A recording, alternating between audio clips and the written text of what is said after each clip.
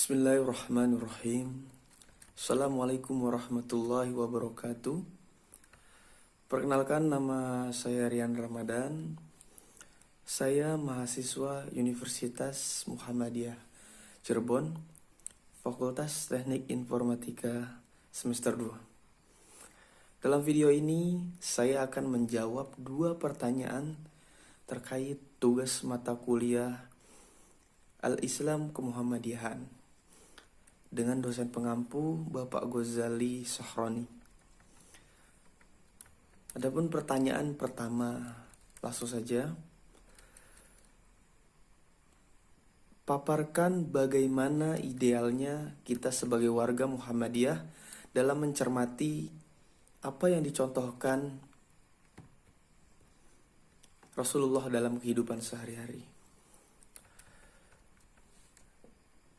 Itu Nabi Muhammad SAW adalah Nabi terakhir yang mendapatkan banyak gelar baik dari Allah maupun dari manusia. Berbagai julukan diberikan kepada beliau atas kesuksesan beliau dalam melakukan misi risalahnya di muka bumi. Beliau berhasil menjadi pemimpin agama sebagai Nabi, berhasil menjadi pemimpin negara ketika memimpin negara Madinah.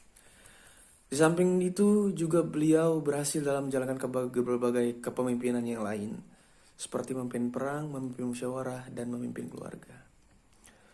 Terkait dengan hal ini, Allah Subhanahu wa Ta'ala berfirman, sungguhnya telah ada pada diri Rasulullah itu suri tauladan yang baik bagimu, yaitu bagi orang yang mengharap rahmat Allah dan kedatangan hari kiamat, dan dia banyak menyebut Allah.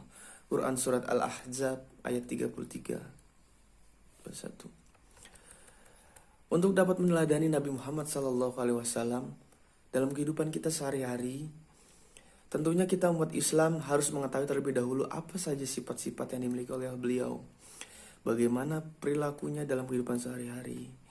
Karena itu, agar kita dapat meneladani Nabi Muhammad, akan kita kemukakan sifat-sifat dan perilaku beliau. Salah satunya yaitu adalah sidik, yang berarti jujur. Terus yang kedua itu ada amanah, yang berarti dapat dipercaya dalam kata dan perbuatannya. Yang ketiga tabligh, yang berarti menyampaikan.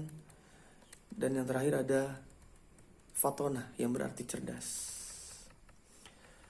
Dalam hal ini, beberapa sifat ini Nabi Muhammad seperti di atas tidaklah gampang. Kita sebagai manusia, kita butuh proses yang panjang untuk meniru bahkan mempelajari sifat-sifat tersebut. Tapi ada cara, dengan modal cinta dan taat kepadanya, kita akan mampu meneladaninya dalam kehidupan kita sehari-hari. Adapun cara-cara praktis yang dapat dilakukan untuk meneladani Rasulullah SAW. Yang pertama, kita harus selalu bertaubat kepada Allah Subhanahu wa Ta'ala atas segala dosa dan kesalahan yang kita lakukan setiap hari. Sebagai manusia biasa, kita harus menyadari bahwa kita selalu berbuat kesalahan dan dosa, baik kepada Allah maupun kepada manusia. Rasulullah yang jelas-jelas tidak memiliki dosa saja selalu mohon ampun, beristighfar dan bertaubat kepada Allah. Yang kedua, sedapat mungkin kita harus dapat menjaga amanat yang diberikan oleh Allah Subhanahu wa Ta'ala kepada kita selaku manusia. Amanat apapun yang diberikan kepada kita harus kita lakukan sesuai dengan apa yang kita kehendaki oleh pemberi amanat tersebut. Karena itu, apapun aktivitas yang kita lakukan, jangan sampai kita menyimpang dari aturan-aturan yang sudah berlaku sesuai tuntunan Al-Quran dan Sunnah Nabi. Dan yang ketiga, kita juga harus selalu memelihara sifat jujur dalam keseharian kita. Jujur merupakan sifat yang sangat mulia, tetapi memang sulit untuk diwujudkan. Nah, itu untuk pertanyaan pertama. Baik, kita lanjutkan ke pertanyaan yang kedua, yaitu jabarkan Quran Surat Az-Zariyat ayat 56 dan juga Quran Surat Al-Baqarah ayat 30. Yang pertama, saya bacakan dulu ayat Quran Surat Az-Zariyat ayat 56, berikut terjemahannya dan juga isi kandungannya. Bismillahirrahmanirrahim.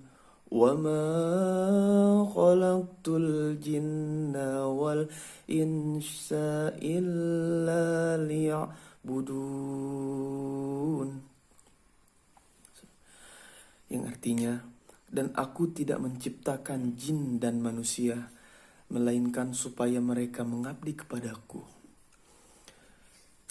Sekandungannya, inilah tujuan Allah Subhanahu wa Ta'ala menciptakan jin dan manusia, dan Dia mengutus para rasul untuk merayu kepadanya, yakni untuk beribadah kepadanya, yang di dalamnya mengandung ma'rifat, mengenalnya dan mencintainya, kembali kepadanya dan mendatanginya, serta berpaling dari selainnya. Hal ini tergantung pada ma'rifat atau mengenalnya, karena sempurnanya ibadah tergantung sejauh mana pengenalannya kepada Allah Subhanahu wa Ta'ala. Bahkan setiap kali seorang hamba bertambah ma'rifatnya, maka ibadahnya semakin sempurna. Untuk inilah Allah menciptakan manusia dan jin, bukan karena Dia butuh kepada mereka. Dia tidak menginginkan rezeki dari mereka dan tidak menginginkan agar mereka memberinya makan. Maha tinggi Allah yang maha kaya dan tidak butuh kepada seorang pun dari berbagai sisi. Bahkan semua makhluk butuh kepadanya dalam semua kebutuhan mereka, baik yang haruri, penting maupun yang selainnya. Itu untuk Quran Surah Al-Zariyat ayat 56. Berikutnya yaitu Quran Surah Al-Baqarah ayat 30. Saya bacakan. Bismillahirrahmanirrahim. Wa idz qala rabbuka lil malaikati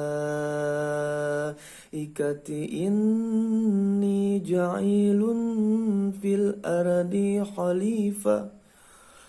قالوا أتجعل فيها ما يفسد فيها ويسفك الدماء ونحن نسبح بحمدك ونقدس لك قال إني أعلم ما لا تعلمون.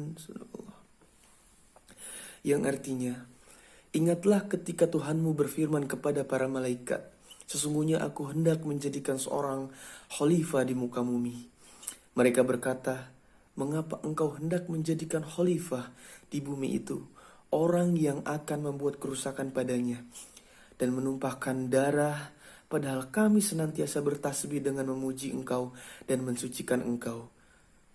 Tuhan berfirman, sesungguhnya aku mengetahui apa yang tidak kamu ketahui. Maksud dari ayat di atas yang tadi saya bacakan maksudnya adalah bahwa para malaikat meminta diberitahukan hikmah di balik penciptaan mereka. Padahal makhluk tersebut menurut perkiraan mereka akan mengadakan kerusakan di muka bumi dan menumpahkan darah. Sedangkan mereka selalu taat kepadanya, bertasbih dengan memujinya dan mengagungkannya. Dalam kita bisa garis bawahi terhadap kata nukaddisulak. Dalam ayat ini terdapat dua makna. Yang pertama berarti kami mensucikanmu karenamu. Dan lam di ayat tersebut menunjukkan tahsis, pengkhususan kepada Allah saja, dan menunjukkan ikhlas karena Allah. Dan yang kedua berarti kami mensucikan diri kami dari akhlak buruk karenamu. Dan kami isi dengan akhlak mulia seperti cintamu, takut dan kepadamu, berupa hikmah dan yang mengagumkanmu. Dalam cintaan mereka karena ucapan mereka itu sebatas perkiraan mereka. Sedangkan yang harus kita garis bawahi semua, Allah Ta'ala mengetahui yang nampak maupun yang tersembunyi. Itu saja dari saya, kurang lebihnya mohon maaf. Wabillahi taufiq wal hidayah wa ridho wal inayah. Assalamualaikum warahmatullahi wabarakatuh.